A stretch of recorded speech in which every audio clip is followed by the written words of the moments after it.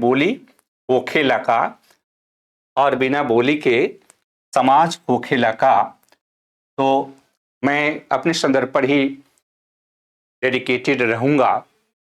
तो ध्यान ये रखना है कि हम इसकी भूमिका कैसे लिखें, कैसे लिखेंगे भूमिका। ये बहुत आवश्यक है कि जब कभी भी आप निबंध लिखने जाएं तो उस निबंध के दौरान आपको यहीं से शुरुआत करना है। तो देखिए, शुरुआत जो करनी है बिना समाज की बोली होखेला का, इस लाइन का क्या अर्थ है कि बोली समाज का उत्पाद है, राइट। यानी बोली क्या है? समाज का उत्पाद है, प्रोडक्शन है।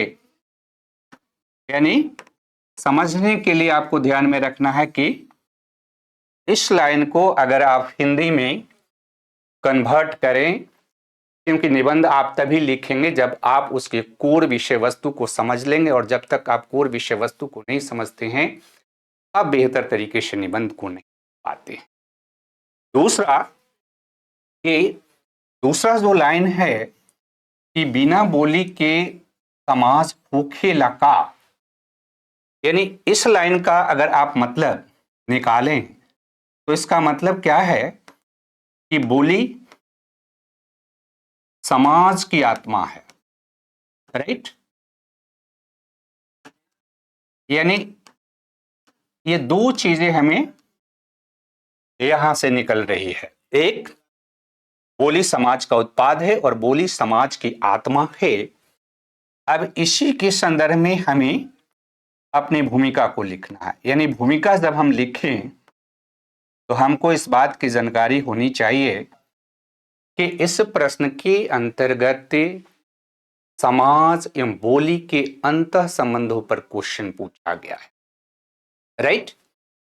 यानी समाज और बोली किस तरह से एक दूसरे से अंतः संबंधित हैं, इसी पर आपका प्रश्न है। तो जब भूमिका लिखने जाएं तो भूमिका लिखने के दौरान हमें क्या करना है कि हमें एक तरह से भूमिका में शुरुआत क्या करनी है कि हमारी, यानी समाज आप किसको कहते हैं, समाज क्या है, और फिर हम ये बात करेंगे कि बोली क्या है या भाषा क्या है, एक लाइन में, ज्यादा नहीं।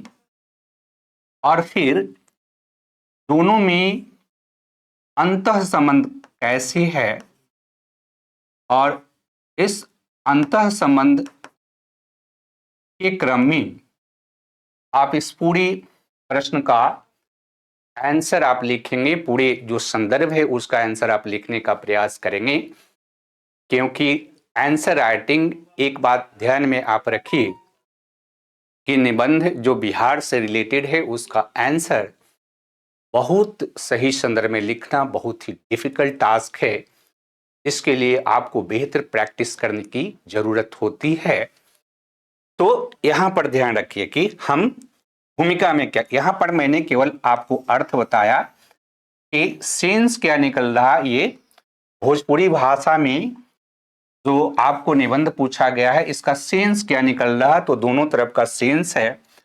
एक तरफ बोली समाज का उत्पाद है तो दूसरी तरफ बोली समाज की आत्मा है, उससे सेंस निकल रहा। लेकिन रियल सेंस में जब आप भूमिका लिखने जाएं, यानी कि आप लिखने की शुरुआत कर रहे हैं, ध्यान ये रखना है। तो जब लिखने की शुरुआत कर रहे हैं तो आपको क्या लिखना है एकदम टिपिकली, क्योंकि जो विद्यार्थी हमें जानते हैं उन्हें मालूम होगा कि हम जब क्वेश्चन के आंसर लिखने की बात करते हैं तो हम उसके सटीक रास्ते की बात करते हैं। हम बताते हैं कि कैसे रियल सेंस में आप क्वेश्चन का आंसर लिखें। तो क्वेश्चन का आंसर लिखने के लिए जब आप लिखने जाएंगे शुरू, तो देखिए एक दो लाइन मैं आपको बता रहा हूं। जैसे आप लिखेंगे आंसर के शुरुआती लाइन में समाज सामाजिक संबंधों का संजाल है। जबकि बोली एवं भाषा, क्योंकि आप देखिएगा तो बोली की जगह भाषा भी कॉमा में लिखा हुआ आपके मूल प्रश्न में। तो समाज सामाजिक संबंधों का संजाल है, जबकि बोली समाज के लोगों द्वारा अपने विचारों, अपनी भावनाओं, अपनी इच्छाओं के संप्रेषण का माध्यम है। यानी समाज सामाजिक संबंध है और बोली जो है समाज के लोगों का आपस में जो अंतःक्रिया होता है, उस अंतःक्रिया के लिए जो माध्यम होता है, उस माध्यम के रूप में हम बोली या भाषा को चूज करते हैं। और इसलिए चूंकि यहां समाज की बात करते हैं, तो जैसे हमने कहा कि समाज सामाजिक संबंधों का संजाल है ना, नेटवर्क है, सामाजिक संबंधों का संजाल। संजाल का अंग्रेजी होता है नेटवर्क। यानी कि आप में से जो लोग इसको इंग्लिश के लोग होंगे तो आप ये जान लीजिए कि सोसाइटी का मतलब है network of social relationship, right. तो समाज का जो सामाजिक संबंध है, यह सामाजिक संबंध सामाजिक अंतःक्रिया से, सामाजिक अंतःक्रिया जो है, इस अंतःक्रिया से सामाजिक संबंध बने रहते हैं। और इस अंतःक्रिया का माध्यम जो है ये बोली या भाषा है, राइट। तो इस अंतःक्रिया का माध्यम बोली या भाषा है। तो चूंकि इस अंतःक्रिया का माध्यम बोली या भाषा है, तो इसलिए हम ये देखते हैं कि समाज एवं बोली दोनों एक दूसरे से अंतः संबंधित, राइट, और दोनों एक दूसरे के पूरक है।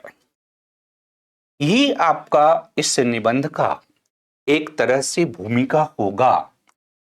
लेकिन जब आप निबंध को आगे बढ़ाएंगे, इसके अंतर्गत आप लिखने का प्रयास करेंगे, तो ध्यान ये रखना है कि जैसे हमने कहा कि एक तरफ समाज के बारे में आपको बात करनी है और दूसरी तरफ आपको बात करनी है बोली,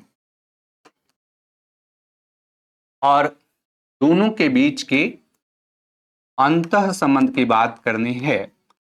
यानी जो आपके निबंध का जो स्ट्रक्चर होगा, जो मेन बॉडी पार्ट होगा, जिसके माध्यम से आप यह दिखाने का प्रयास करेंगे कि बिना समाज के बोली ना हो खिला का और बिना बोली के समाज हो खिला का। तो ये जब आप दिखाने का प्रयास करेंगे तो आपको इसके लिए निबंध में देखो कला क्या है, निबंध लिखने की प्रक्रिया क्या है, कि ये तो स्ट्रक्चर का आपका पार्ट हो, तो इसमें से आप पॉइंट्स जो है आपको डेवलप करनी पड़ती है इसके अंतर के बिना समाज के बोली हो खेला का। यानी जब हमने कहा कि बोली समाज का उत्पाद है, तो इसका मतलब क्या है कि बिना समाज के बोली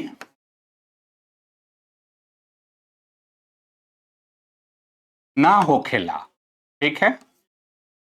यानी ध्यान ये रखना है कि बिना समाज के बोली ना हो खेला, किसी भी सूरत में बिना समाज के बोली का कोई अस्तित्व नहीं है। अब मैं कह रहा हूं कि इसमें आपको 9-10 पॉइंट्स ऐसे बनानी पड़ेगी और उसकी एग्जाम्पल देने पड़ेंगे, तब जाकर के आप इस पार्ट को लिख पाएंगे और सही संदर्भ में आप क्वेश्चन का आंसर लिख पाएंगे।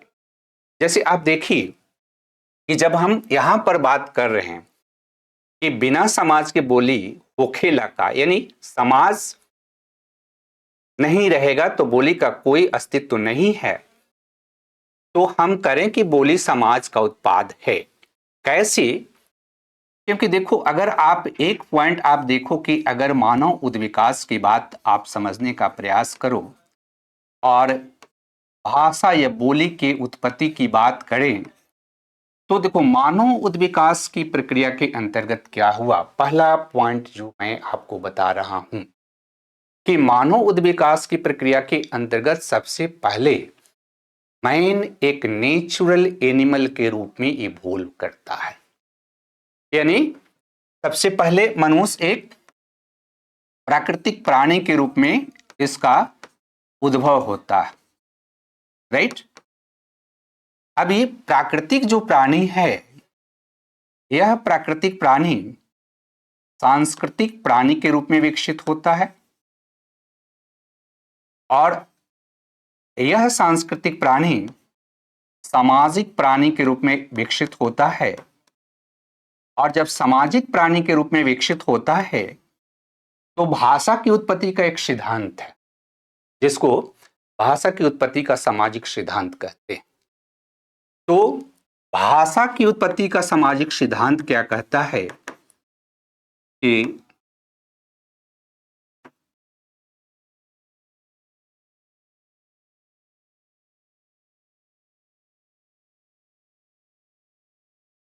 ये भाषा की उत्पत्ति का सामाजिक सिद्धांत कहता है कि मानव इतिहास में बोली या भाषा की उत्पत्ति तब होती है जब मनुष्य एक सामाजिक प्राणी के रूप में विकसित हो जाता है।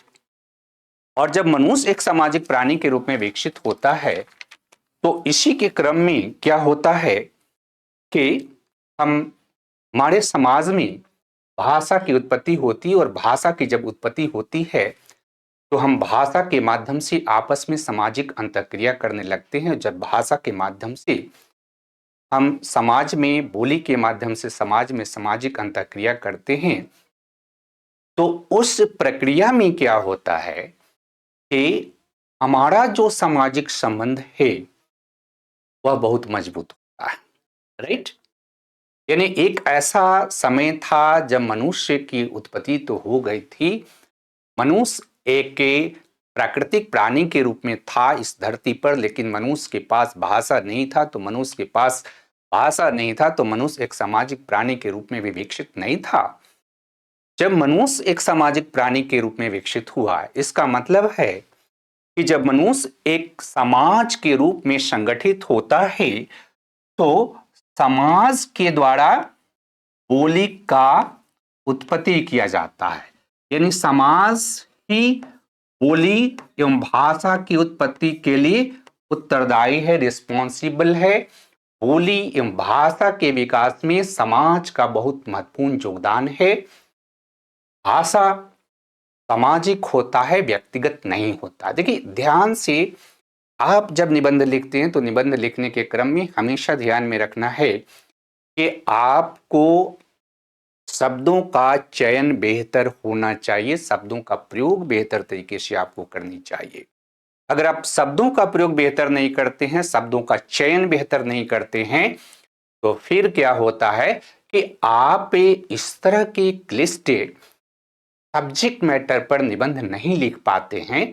इसलिए हमेशा इस बात को ध्यान में रखिए कि आपका शब्दों का चयन बेहतर होना चाहिए और शब्दों का सटीक प्रयोग करना चाहिए। यानी हम कह रहे हैं कि समाज का प्रोडक्ट है बोली, तो ये एक एग्जाम्पल जो आप यहां पर दे रहे हैं, इस एग्जाम्पल से आप प्रूफ करेंगे कि बोली किस प्रकार से समाज का प्रोडक्ट है। क्योंकि अगर समाज नहीं रहता तो बोली भी नहीं रहती।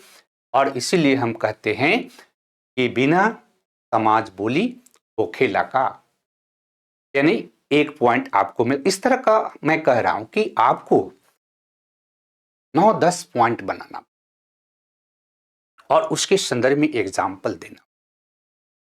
क्योंकि यहां पर मैं कह रहा हूं कि बोली जो है, ध्यान ये रखना है कि एक पॉइंट से यहां से बनाइए कि बोली सामाजिक तथ्य है, राइट,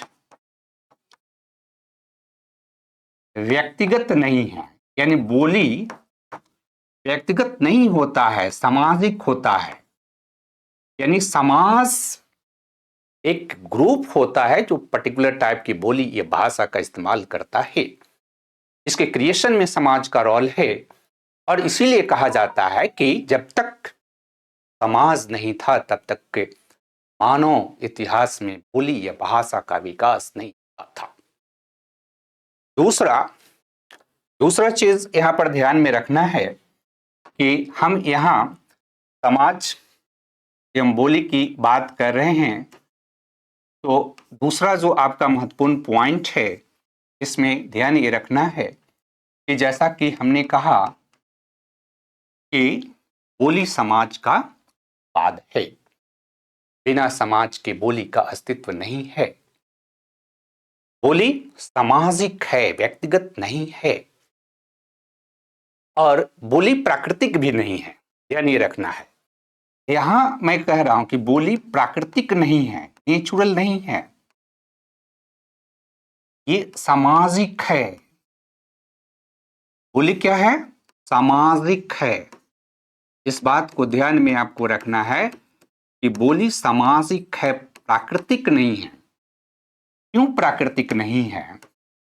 क्योंकि देखो एग्जाम्पल से यहां फिर आपको ध्यान में रखना है कि आपको अपनी एग्जाम्पल के माध्यम से अपनी बातों को प्रूफ करना होता है। निबंध लेखन के क्रम में ये निबंध लेखन की एक बहुत ही बेहतरीन कला है, जहां पर जो बात आप करते हैं उस बातों को फैक्ट्स के माध्यम से, उन बातों को समाज के विभिन्न स्रोतों के माध्यम से प्रूव करने का प्रयास करते हैं। मैं दूसरा पॉइंट में कह रहा हूं कि बोली प्राकृतिक नहीं है, सामाजिक है, बिना समाज के बोली का अस्तित्व नहीं है। क्यों? क्योंकि जब आप देखोगे कि एक बच्चा जब जन्म लेता है ना, कोई भी बच्चा जन्म लेता है, तो जन्म के समय बच्चा के पास बोली नहीं है, ठीक है? वो साउंड निकाल सकता है लेकिन ना वो कोई भाषा जानता है, ना कोई बोली जानता है। इसलिए बोली प्राकृतिक नहीं है, ये नेचुरल गुण नहीं है मनुष्य का, ठीक है? यह सामाजिक विशेषता है, यह समाज की देन है। और इसलिए ये बोली जो है हम सीखते हैं। जन्म के बाद बच्चे क्या करते हैं कि बोली सीखते हैं। तो बोली किसके माध्यम से सीखते हैं? तो एक टर्म हम लोग यूज करते हैं कि बोली सामाजिकरण के माध्यम से आता है, राइट? यानी बोली या भाषा जो है ये सामाजिकरण के माध्यम से सीखा जाता है।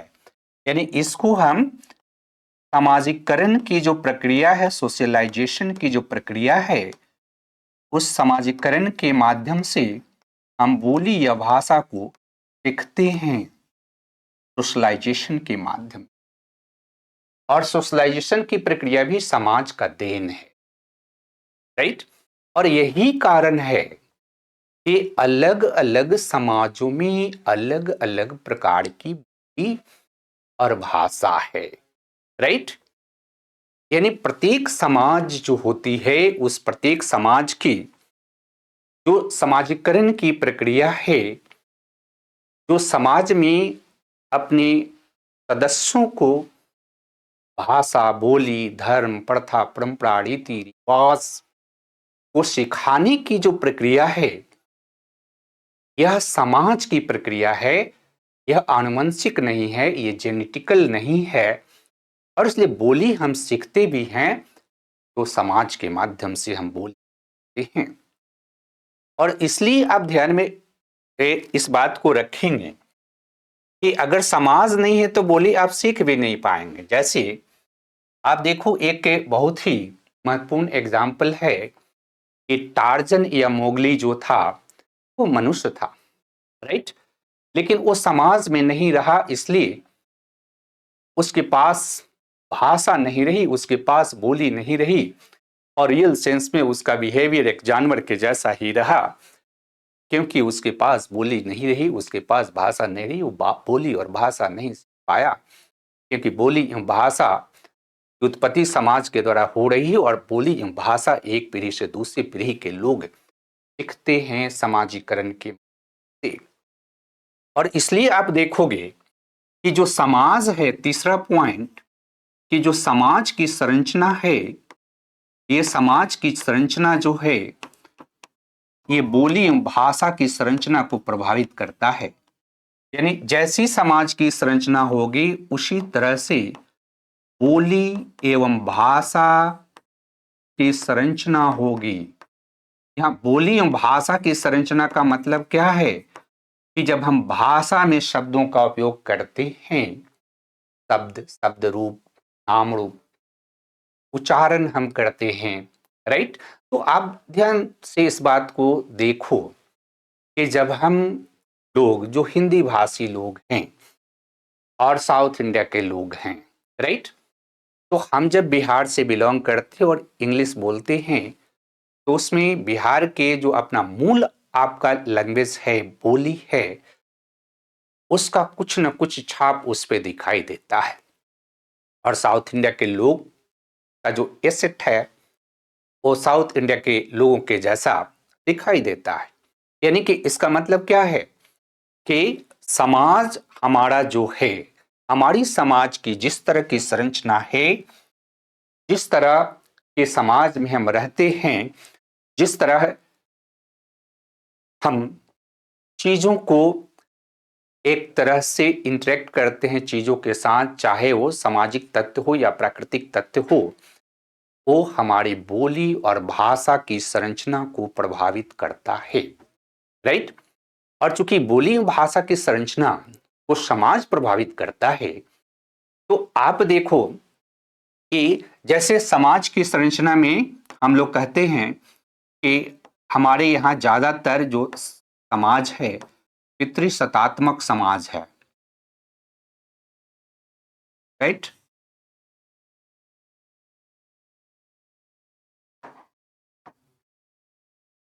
हमारे यहाँ ज्यादातर समाज क्या है, पितृसत्तात्मक है। अब देखो कैसे आप इसका यूज कर सकते हो, क्योंकि हमेशा ध्यान रखना है कि जब निबंध आप लिखेंगे तो आपको एग्जाम्पल के माध्यम से अपनी बातों को प्रूव करना होगा। तो बिहार का जो समाज है, बिहार का जो सामाजिक परिवेश है, उस सामाजिक परिवेश को आप देखें तो बिहार एक ट्रेडिशनल समाज है और उसमें पितृसत्तावाद की जो व्यवस्था है वो काफी प्रभावशाली है। और इसलिए बोली को आप देखो कि जब बोली में हम बात करते हैं तो पितृसत्तावादी समाज में स्त्री एवं पुरुष द्वारा एक ही भाषा का प्रयोग जब भी किया जाता है, एक ही भाषा की मैं बात करता हूं, तो भाषा के प्रयोग में लैंगिक अंतर होता है। यानी भाषा या बोली समाज द्वारा निर्धारित होता है। जैसे आप देखोगे कि जनरली पत्नी जो है अपने पति को आप या ज्यादा रेस्पेक्टेड शब्द का इस्तेमाल करके पति का संबोधन करती है। ये केवल इंडिया में नहीं, विश्व के जितने भी पितृसत्तात्मक समाज हैं उसमें लैंगिक भेद बोलियों में भी दिखाई देती है, भाषा में भी दिखाई देती है। इसी तरह से समाज की संरचना अगर स्तरीकृत है, यानी समाज स्टेटिफाइड है, जैसा कि भारत का समाज जाति के आधार पर स्टेटिफाइड है, तो जब आप भोजपुरी बोलते हैं तो उसमें आप देखोगे कि भोजपुरी बोलने वाले समूह या मैथिली बोलने वाले समूह या अंगिका बोलने वाले समूह या मगही बोलने वाले जो समूह हैं, उनके बोली के प्रयोग में जातिगत भेद बोली के माध्यम से दिखाई देता है, आप देख सकते हैं। यानी समाज का स्ट्रक्चर बोली में विद्यमान शब्द के निर्धारण में, बोली में विद्यमान शब्द के उच्चारण में, बोली में विद्यमान शब्दों के प्रयोग में समाज का स्ट्रक्चर बहुत प्रभावशाली भूमिका अदा करता है। इसका मतलब क्या है कि समाज बोली के लिए बड़ा ही डोमिनेंट रोल अदा करता है। समाज वह क्राइटेरिया निर्धारित करता है कि बोली में किस प्रकार शब्दों का प्रयोग किया है। दूसरा महत्वपूर्ण चीज आप यहां पर देखोगे कि जो सामाजिक परिवेश है, ये सामाजिक परिवेश जो है ही बोली के निर्धारण में बहुत महत्वपूर्ण भूमिका अदा करती है। राइट? जिस तरह का सामाजिक परिवेश है, जिस तरह का प्राकृतिक परिवेश है, जैसे एक एग्जाम्पल देखो, एग्जाम्पल आपको लिखना है और एग्जाम्पल बिहार से अगर आप लिखेंगे तो आपको बेहतर मार्क्स मिलेगा। जैसे एक एग्जाम्पल हम कहें कि भोजपुरी जो भाषा है बिहार में छपरा, सिवान, गोपालगंज, पश्चिम चंपारण एवं पूर्वी चंपारण, ये गंगा के उत्तर के 4-5 जिलों में है ना, और गंगा के दक्षिण के जो जिले हैं जिसमें भोजपुर है, रोहतास है, बक्सर है, कैमूर है, तो इन जिलों में भी भोजपुरी बोली जाती है। लेकिन आप ध्यान से अगर देखोगे तो जो लोग गंगा के उत्तर में निवास करते हैं और जो लोग गंगा के दक्षिण में निवास करते हैं, दोनों के भोजपुरी भाषा, भोजपुरी जो बोली है, इसके बोलने के तरीके में अंतर है। और तरीके में अंतर है तो ये दरअसल जो सामाजिक परिवेश है, वो सामाजिक परिवेश उसको निर्धारित करता है। इसी तरह से अगर आप देखो मैथिली आप देखोगे तो मधुबनी और दरभंगा में जो मैथिली बोली जाती है, और जैसे जैसे आप बेगूसराय की ओर जाओगे तो उसमें अंतर दिखाई देने लगता है। क्यों? क्योंकि सामाजिक परिवेश में अंतर आता है, और सामाजिक परिवेश जो है बोली का निर्धारण करता है। क्योंकि जो बोली है वो आप देखोगे एक गांव से 2 गांव 3 गांव में अंतर पड़ने लगता है, और ऐसा वहां के सामाजिक परिवेश, सामाजिक वातावरण से होता है। इसलिए भी हम कहते हैं कि बोली समाज का उत्पाद है, या बोली का निर्धारण समाज के द्वारा किया जाता है। और आप देखोगे कि ये दोनों ही संदर्भ में, और भी अगर एग्जाम्पल दोनों में आप फिट करने का प्रयास करोगे तो देखो समाज की जो सामाजिक संरचना है और भाषा और बोली की जब बात करते हैं तो भाषा एवं बोली के अंतर्गत लोक भाषा जो होती है उसका लोक साहित्य भी होता है, उसके लोक गीत होते हैं, उसके लोक नाट्य होते हैं। ये सारी जो चीजें हैं ये समाज के द्वारा डिटरमाइन होती है। जैसे एग्जाम्पल अगर आप देने का प्रयास करो तो आप देखो, बहुत सिंपल एग्जाम्पल हम बता रहे हैं कि जैसे हमने पितृसत्तात्मक समाज की बात तो यहाँ की ही, सामाजिक परिवेश की भी बात की, तो अगर भिखारी ठाकुर के नाटकों का एक संदर्भ केवल आप यूज करना चाहो कि जो विदेशिया है, उस समय के सामाजिक परिवेश क्या है कि लोग जो है पुरुष खास करके कलकत्ता माइग्रेट करते हैं कमाने के, राइट? और उस माइग्रेशन को विदेशिया नाटक में भिखारी ठाकुर ने जो दिखाया है उसमें क्या मिलता है? पिया गैले कलकत्तवा रे सजनी, पिया गैले कलकत्तवा रे सजनी, ये क्या दिखाता है कि एक स्त्री जो है, ये स्त्री जो है अपनी पूरी तरह से पति पर निर्भर है। स्त्री की निर्भरता है, पितृसत्तात्मक समाज में स्त्रियां अपने पतियों पर निर्भर रहती है, अपने पुरुष संबंधियों पर निर्भर रहती है, और ये भाषा के माध्यम से भी आता है।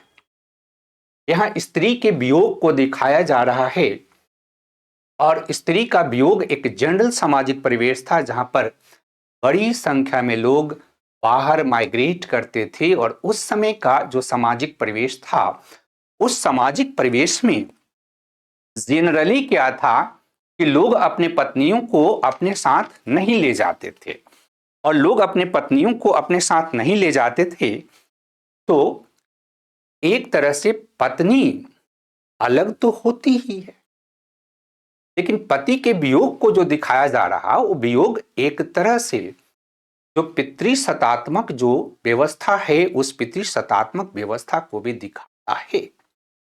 इसके बाद नेक्स्ट अगर आप पॉइंट देखने का प्रयास करें, जैसे कि इसके अंतर्गत पांचवा कि जो समाज है, ध्यान ये रखना है किस तरह से समाज का उत्पाद बोली है।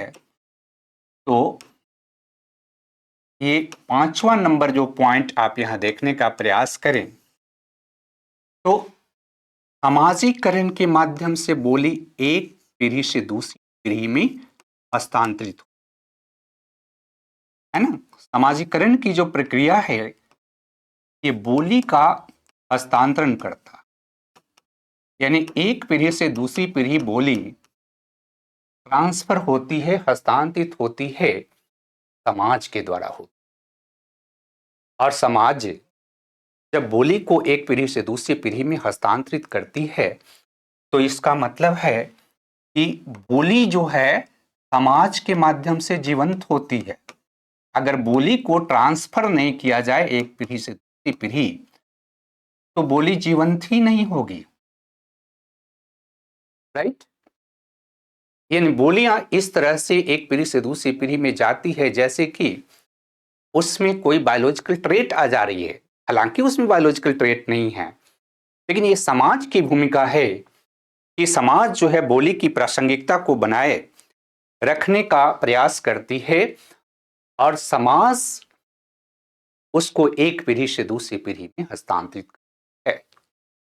और जब समाज उसे एक पीढ़ी से दूसरी पीढ़ी में हस्तांतरित करती है तो देखो हस्तांतरण का जो प्रोसेस होता है, इस प्रोसेस में आप देखो कि छठा जो इंपॉर्टेंट पॉइंट आप देखोगे कि सामाजिक परिवर्तन जो है ये बोली में परिवर्तन लाता है, राइट। इन बोली में जो परिवर्तन होगा हस्तांतरण की प्रक्रिया के माध्यम से बोली एक पीढ़ी से दूसरी जाती है, लेकिन इसी के साथ बोली में परिवर्तन भी होता है और परिवर्तन ही विकास का मार्ग है। एक बात ध्यान में रखना है कि जब बोली के विकास की बात करेंगे, बोली विकसित होती है, समृद्ध होती है, बहुत ही रीच होती है समय के साथ, तो उसके लिए यहां पर समाज का रोल है, क्योंकि समाज के माध्यम से ही बोली का हस्तांतरण होता है। और ये परिवर्तन जो होता है इसमें दोनों ही तरह का परिवर्तन आपको दिखाई देगा। एक तो कि सकारात्मक परिवर्तन बोली में होती है। सकारात्मक परिवर्तन का मतलब क्या है कि बोली यहां से समृद्ध होगी, और समृद्ध होगी बोली इसका मतलब क्या है कि इससे बोली की क्रियाशीलता में वृद्धि होगी, यानी क्रिएटिविटी आएगी बोली में। बोली की जो रचनात्मकता है इस रचनात्मकता में वृद्धि होगी, बोली समृद्ध होगी, बोली के साहित्य का विकास होगा, बोली में लोक गीत, लोक संगीत, लोक परंपराएं, लोक कथाएं, इन सब का विकास होगा। और जो सामाजिक परिवर्तन हो रहा है उस सामाजिक परिवर्तन को रेखांकित करती है। कैसे कि जैसे आप देखोगे कि एग्जाम्पल्स आप देखोगे कि देखो अगर लोकगीत को आप देखो, राइट, क्योंकि बिहार में लोकगीत काफी पॉपुलर है, तो आपको एग्जाम्पल के माध्यम से अपनी बातों को लिखनी होती है। और अगर भोजपुरी लोकगीत के विकास को थोड़ा सा आप नजर दौड़ाएं तो जिस तरह से हमारा सामाजिक परिवर्तन हो रहा है उस तरह से भोजपुरी लोकगीत, मैथिली लोकगीत, अंगिका लोकगीत और मगही लोकगीत में परिवर्तन। उदाहरण स्वरूप कि जब आप भिखारी ठाकुर के लोकगीत को पढ़ते हैं, राइट, उसमें शब्दों का प्रयोग पढ़ते हैं, वो आजादी के पहले और आजादी के बाद हमारे समाज में जो परिवर्तन हुआ उस परिवर्तन को रेखांकित करता है। यानी समाज में एक परिवर्तन हो रहा था आजादी के पहले और आजादी के बाद, महेंद्र मिश्र के गीत में भी आपको ये दिखाई देगा। आपको फिर भरत शर्मा व्यास जो कि उसके बाद के हैं, उनमें भी कुछ परिवर्तन होगा, दिखाई देगा आपको, क्योंकि उनके शब्द जो हैं और अभी हाल के दिनों में कुछ जो नवीन गायक डेवलप, जिसमें कई गायक हैं, जैसे मनोज तिवारी जी का रिंकिया के पापा, राइट, या खेसारी लाल का, तो ये सब जो परिवर्तन बोली या लोकगीत में हो रही है, चूंकि हमारा समाज हाल के वर्षों में हम वैश्वीकरण से प्रभावित हुए हैं, राइट, और वैश्वीकरण के साथ साथ एक शब्द डेवलप हुआ है ग्लैकोलाइजेशन, राइट, यानी लोक जो संस्कृति है, लोक जो भाषा है, इसका वैश्विक पटल पर विकास होता है, लेकिन इसकी प्रभाव स्वरूप आप देखेंगे तो समाज की परंपराएं, पहले की जो परंपराएं थी वो टूटती है, नवीन परंपराओं का सृजन होता है, और नवीन परंपराओं का सृजन होता है तो अब भाषा जो हम यूज करते हैं, बोली जो यूज करते हैं, जैसे भोजपुरी में एक चरण आया कि भोजपुरी के साथ हम लोग हिंदी मिक्स करके बात करते हैं, मैथिली के साथ हिंदी मिक्स करके बात करते हैं। अब चरण है कि भोजपुरी के साथ हिंदी भी मिक्स करते हैं और इंग्लिश भी मिक्स कर देते हैं, मैथिली के साथ हिंदी भी मिक्स करते हैं और इंग्लिश भी मिक्स करते हैं। इसका मतलब है कि समाज का यह जो परिवर्तन है, यह परिवर्तन जो है भाषा के परिवर्तन को निर्धारित करता है, और इसलिए भी कहा गया है कि बिना समाज के इलाका, यानी जैसन समाज होई बोली में वैसने परिवर्तन हुई, और परिवर्तन के क्रम में बोली में यहां से परिष्कार भी होगा, और एक तो बोली में, भाषा में जो रूढ़ शब्द जो है, ये रूढ़ शब्दों का उपयोग भी बढ़ रही है। यानी गीत आप देखो तो गीत और संगीत जो आप देखोगे, भोजपुरी भाषा हो चाहे मैथिली भाषा हो, तो पहले एक क्लासिकल दौर आता है, जो आप गीत सुनेंगे तो उस गीत में म्यूजिक कम और गायक के जो बोले गए शब्द हैं वो बहुत इंपॉर्टेंट रहते थे। आज म्यूजिक डांस ज्यादा हो गए हैं, और गायक जिन शब्दों का प्रयोग कर रहे हैं वो समाज की एक तरह, समाज में जो परिवर्तन हुआ है, इस परिवर्तन से समाज में कुछ विकृतियां भी आई है, और इन विकृतियों को रेखांकित करते हैं ज्यादातर जो नए गायक हैं, उन विकृतियों को अपने गीत में, अपने संगीत में दिखाने का प्रयास करते हैं। इस बीच कुछ वैसे गायक भी हैं जो कि भोजपुरी के क्लासिकल गीतों को गाते हैं, और लेकिन वो बहुत पॉपुलर नहीं है। और इस तरह से आप देखोगे तो एक तरह से आप कह सकते हो कि बोली जो है के निर्धारण में समाज की बहुत बड़ी भूमिका है, क्योंकि बिना समाज के बोली ना हो खेल, राइट। अब देखो दूसरी दूसरी जो इसकी जो पक्ष है कि बिना बोली के, यानी बोली यहां भाषा भी है, बिना बोली के समाज ना हो खेला, राइट। ये भी ध्यान रखिए, क्योंकि हम लोग दोनों पार्ट को यहां पर देख रहे हैं। संदर्भ ये है कि बिना बोली के समाज होखेला का, राइट, होखेला का। चलिए, तो इसमें हमने कहा था आपको कि जो बोली है, ये बोली क्या है, समाज की आत्मा है। बोली समाज की आत्मा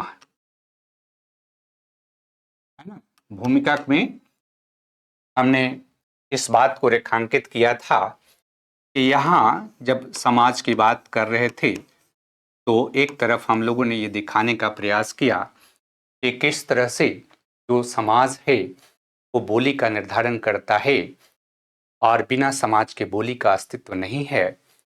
दूसरी तरफ हम लोग कह रहे हैं कि बिना बोली के समाज ना हो खेला, राइट। तो बिना बोली के समाज हो खेला का मतलब क्या है कि बोली समाज की आत्मा है, बोली समाज के लिए उपयोग, राइट। यानी अगर बोली नहीं रहे तो जैसा कि हमने शुरुआत में आपको बताया कि मनुष्य की एक ऐसी अवस्था भी थी जब मनुष्य एक प्राकृतिक एनिमल के रूप में विकसित हो गया था, उसके पास भाषा नहीं थी तो उसके पास समाज भी नहीं था, उसके पास संस्कृति थी। अब इसी लाइन से आगे आप पॉइंट्स को रेखांकित करते हुए, पॉइंट्स को दिखाते हुए आप आगे की ओर बढ़ेंगे। और ये आगे की ओर बढ़ेंगे तो सबसे पहले जब इसकी बात है, इसी पॉइंट को हम आगे बढ़ाते हैं तो हमने क्या कहा कि बोली के माध्यम से सामाजिक अंतःक्रिया होती, यानी बोली क्या है कि सामाजिक अंतःक्रिया का माध्यम है। और देखिए सामाजिक अंतःक्रिया का मतलब क्या है, सामाजिक अंतःक्रिया का क्या मतलब है, यानी समाज अंतःक्रिया का मतलब है कि समाज में व्यक्ति आपस में इंटरेक्शन करते हैं।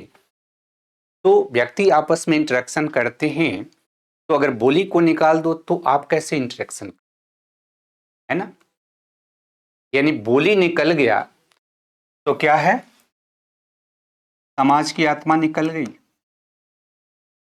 यहां बोली तो आत्मा है ना समाज की, अगर यही नहीं है तो सामाजिक अंतःक्रिया कैसे करेंगे। और यह अगर बोली नहीं है, भाषा नहीं है, तो समाज में अपने विचारों को, अपनी इच्छाओं को, अपने आदर्शों को, अपनी भावनाओं को हम कैसे एक्सप्रेस करेंगे। अगर हमें एक्सप्रेस करना है, अपने विचारों को एक्सप्रेस करना है, अपनी भावनाओं को एक्सप्रेस करना है, अपनी इच्छाओं को एक्सप्रेस करना है, तो इसके लिए आवश्यक है बिना बोली के समाज का। मतलब कि जिस समाज की बात हम कर रहे थे, इस समाज बोली को जीवंत बनाता है, उसी तरह से बोली समाज को यहां जीवंत बना के, राइट। यानी बोली का यह जो रोल है, यह रोल क्या है कि यह समाज को जीवंत बनाए रखता है।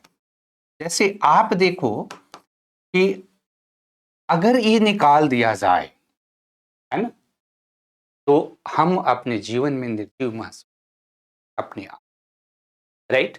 हमारा प्रेम, हमारा राग, हमारा द्वेष, सब कुछ बहुत बेहतर ढंग से एक्सप्रेस नहीं हो पाएगा। जानवरों के पास बोली नहीं है, जानवरों के पास भाषा नहीं है, तो उनकी फीलिंग जो होती है केवल नॉन वर्बल कम्युनिकेशन के माध्यम से होती है। लेकिन वो फीलिंग जो है स्पष्ट रूप से हम अभी भी नहीं समझ पाते हैं। लेकिन बोली एक ऐसा माध्यम है जिसके माध्यम से हम अपनी फीलिंग को अभिव्यक्त करते हैं। और सबसे बड़ी बात है कि समाज जो है बोली के माध्यम से लौकिक जीवन और पारलौकिक जीवन, ठीक है, यहाँ लौकिक जीवन के साथ साथ पारलौकिक जीवन के साथ भी आप संबंध बोली के माध्यम से ही स्थापित करते हैं। बड़ा महत्वपूर्ण चीज है, क्योंकि मनुष्य अगर सामाजिक जीवन व्यतीत कर रहा, मनुष्य समाज में रह रहा, तो समाज, प्रत्येक समाज के कुछ न कुछ ऐसे थॉट डेवलप हो गए जिससे पारलौकिक जीवन, ईश्वर के बारे में भी हमारी परिकल्पना आई। और उसमें भाषा की भूमिका बहुत ही महत्वपूर्ण है, क्योंकि भाषा के माध्यम से ही, बोली के माध्यम से ही धर्म, प्रथा, परंपरा, रीति रिवाज, ये सारा चीज एक पीढ़ी से दूसरी पीढ़ी में जाती है। तो जैसे हमने कहा कि हम बोलियां समाज के द्वारा एक पीढ़ी से दूसरी पीढ़ी में सीखते हैं, उसी तरह से बिना बोली के समाज जीवंत ही नहीं रह सकता है। यानी बोली को समाज जीवित रखती है, तो बोली भी समाज को जीवित रखती है। बोली समाज के लिए पूरक का काम करती है। तीसरा इंपॉर्टेंट चीज यहां पर ध्यान में रखना है कि जो बोली है ये समाज को संगठित रखती है। राइट? बोली क्या करती है? समाज को संगठित रखती है। बोली समाज को एकीकृत रखती है ना? जैसे आप कहीं भी जाएं, जब आपकी बोली में कोई अपरिचित व्यक्ति भी आपसे वार्तालाप करता है तो आप महसूस करते हैं कि आपका बहुत करीब का कोई व्यक्ति मिल गया है, जिसके माध्यम से आप इंटरेक्शन कर रहे हैं। यानी एक भाषा के आधार पर, बोली के आधार पर एक एकता स्थापित होती है, एक नैसर्गिक एकता स्थापित होती है समाज के सदस्यों के बीच। और इसलिए आप देखोगे कि हम बिहार में हैं, तो बिहार से बिलोंग करने के बाद बिहार में भी 4 प्रमुख भाषा या बोलियां जो आपको दिखाई देती है, जिसमें भोजपुरी, मैथिली, अंगिका, मगही। तो ये जो भाषाएं हैं, ये जो बोलियां हैं, ये भोजपुरी समाज का निर्माण कर रही है, मैथिल समाज का निर्माण कर रही है, अंगिका समाज का निर्माण कर रही है, मगही समाज का निर्माण कर रही है, और उनमें एकजुटता लाती है। और उस एकजुटता से हम संगठित भी रहते हैं, व्यवस्थित भी रहते हैं। और ये जो संगठित एवं व्यवस्थित रहते हैं, तो उसमें देखेंगे कि कई तो भाषाओं के आधार पर, बोलियों के आधार पर हमारी लोक संस्कृति से जुड़ी हुई संस्थाएं भी हैं, जो हमें एकीकृत करती है, संगठित रखती है। और फिर आप देखोगे कि बोली जो है ये मनुष्य एवं पशु में अंतर भी स्थापित करता है ना? मनुष्य एवं पशु में अंतर बोली के माध्यम से होती। यानी जब तक हमारे पास बोली नहीं थी, जब तक हमारे पास भाषा नहीं थी, हम प्राकृतिक प्राणी थे। हमें अगर सांस्कृतिक प्राणी किसी ने बनाया तो बोली ने बनाया, क्योंकि बोली के माध्यम से ही हम सांस्कृतिक प्राणी के रूप में, सामाजिक प्राणी के रूप में परिवर्तित होती हैं। तो बोली अगर नहीं रहेगी तो समाज भी जीवंत नहीं रह सकता है। और इसलिए बोली बहुत इंपॉर्टेंट है समाज के जीवंतता के लिए, समाज के संगठन के लिए, समाज को एकीकृत रखने के लिए। और फिर अगर बात करें तो बोली सामाजिक व्यवहार का निर्धारण करती है ना? सामाजिक व्यवहार का निर्धारण करती है बोली। कैसे सामाजिक व्यवहार का निर्धारण करती है? आप देख सकते हैं कि अगर बोलियों का थोड़ा सा ध्यान आप दें तो आप देखेंगे कि जैसा पहले भी मैंने आपको एग्जाम्पल दिया कि बोलियां जो है,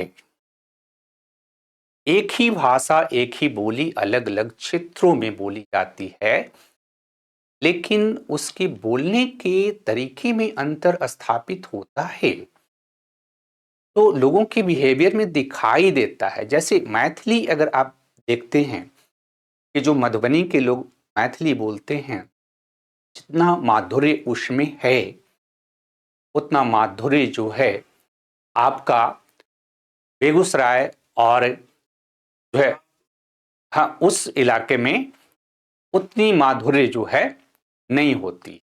उसी तरह से भोजपुरी, जब आप गंगा नदी के उत्तर का जो भोजपुरी है और गंगा नदी के दक्षिण का भोजपुरी है, दोनों में अंतर है और ये दोनों में अंतर जो है लोगों के बिहेवियर में अंतर दिखाई देता है उससे, क्योंकि लोग डिफरेंट ढंग से बिहेव करते हैं, भाषा के उच्चारण बदल जाते हैं। यहाँ पर जैसे मैंने एग्जाम्पल दिया कि कुछ लोगों के जो बोली होते हैं उसमें मधुरता होती है, पूरे समाज की बोलियों में मधुरता है और वो उनके व्यक्तित्व में भी दिखाई देती है।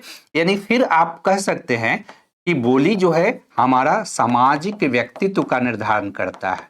यानी सामाजिक जो व्यक्तित्व आपका है, सोशल जो पर्सनालिटी है, सामाजिक पहचान जो है, ये आपकी बोलियों के माध्यम से होती है। यानी समाज को बोली एक पहचान देती है और चूंकि बोली समाज को पहचान देती है तो इसलिए भी बोली समाज के लिए बहुत इंपॉर्टेंट है। और जब बोली समाज के लिए बहुत इंपॉर्टेंट है तो जैसे आप इस व्यवहार को, जो सामाजिक के जो व्यक्तित्व है, लोगों की जो सोशल पर्सनालिटी है, उस सोशल पर्सनालिटी में भी आप देख सकते हैं कि बोलियों का क्या रोल है, राइट। और चूंकि बोलियां बहुत इंपॉर्टेंट है क्योंकि बोली के माध्यम से ही हम नॉलेज प्राप्त करते हैं, भाषा के माध्यम से ज्ञान प्राप्त करते हैं। तो बोली क्या है? आपका ज्ञान का माध्यम। यानी समाज में जो ज्ञान है, जो नॉलेज है, उसका माध्यम तो बोली है। और बोलने का जो तरीका है उसी तरीके को बचपन से बच्चे सीखते हैं। तो उन बच्चों के जो पर्सनालिटी है, उस पर्सनालिटी में उसके बोलने के तरीके का प्रभाव दिखाई देता है। और पर्सनालिटी में जब बोलने के तरीके का प्रभाव दिखाई देगा तो आपकी पर्सनालिटी का जो निर्धारण होगा, उस पर्सनालिटी के निर्धारण में बोली की भूमिका बहुत ही महत्वपूर्ण हो जाती है और इसलिए दिखाई देगा आपको। और सबसे इंपॉर्टेंट चीज क्या होता है कि जो नेक्स्ट पॉइंट है कि बोली जो है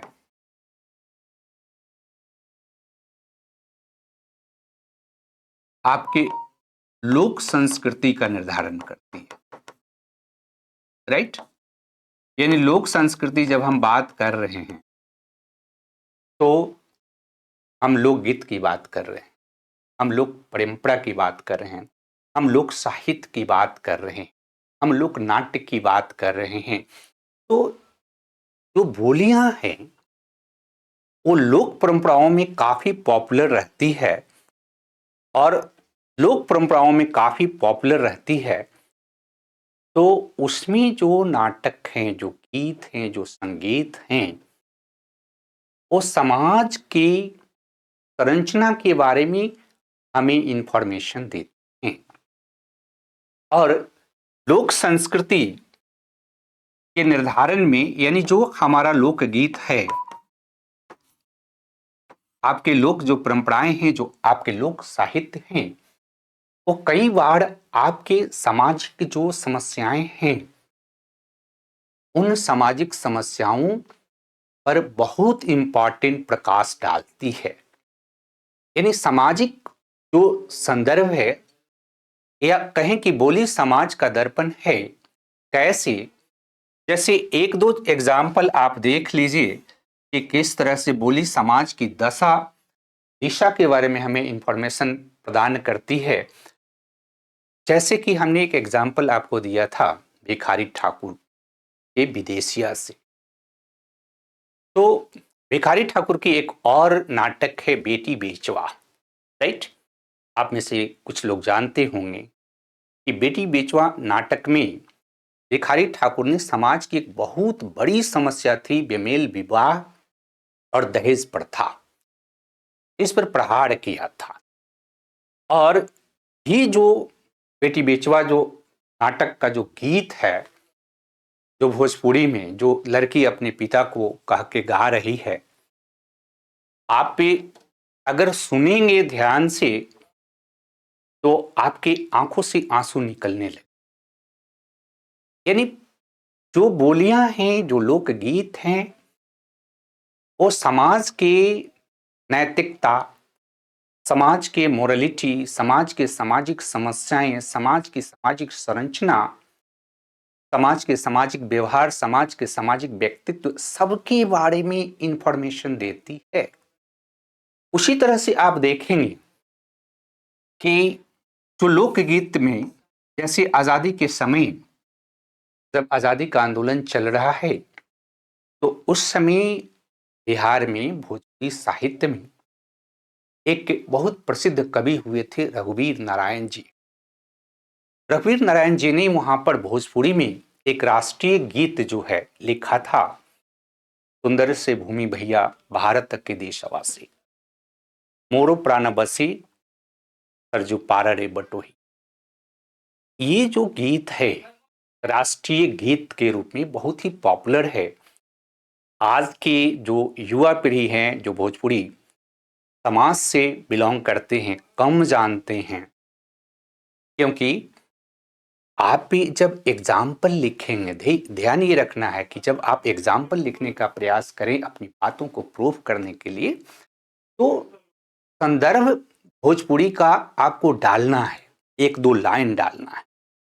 जैसे क्वेश्चन अगर भोजपुरी भाषा में पूछा जा रहा है तो आप एक दो लाइन जरूर डालिए, क्योंकि जब आप डालेंगे तो लगेगा कि आप चीजों को सही समाज संदर्भ में आप समझ पा रहे हैं। अदरवाइज जनरल जो ऐसे लिखी जाती है और बिहार की जो ऐसे लिखी जाएगी, इन दोनों में अंतर होगा, और जब तक आप अंतर स्पष्ट नहीं करेंगे बेहतर मार्क्स नहीं मिलता है।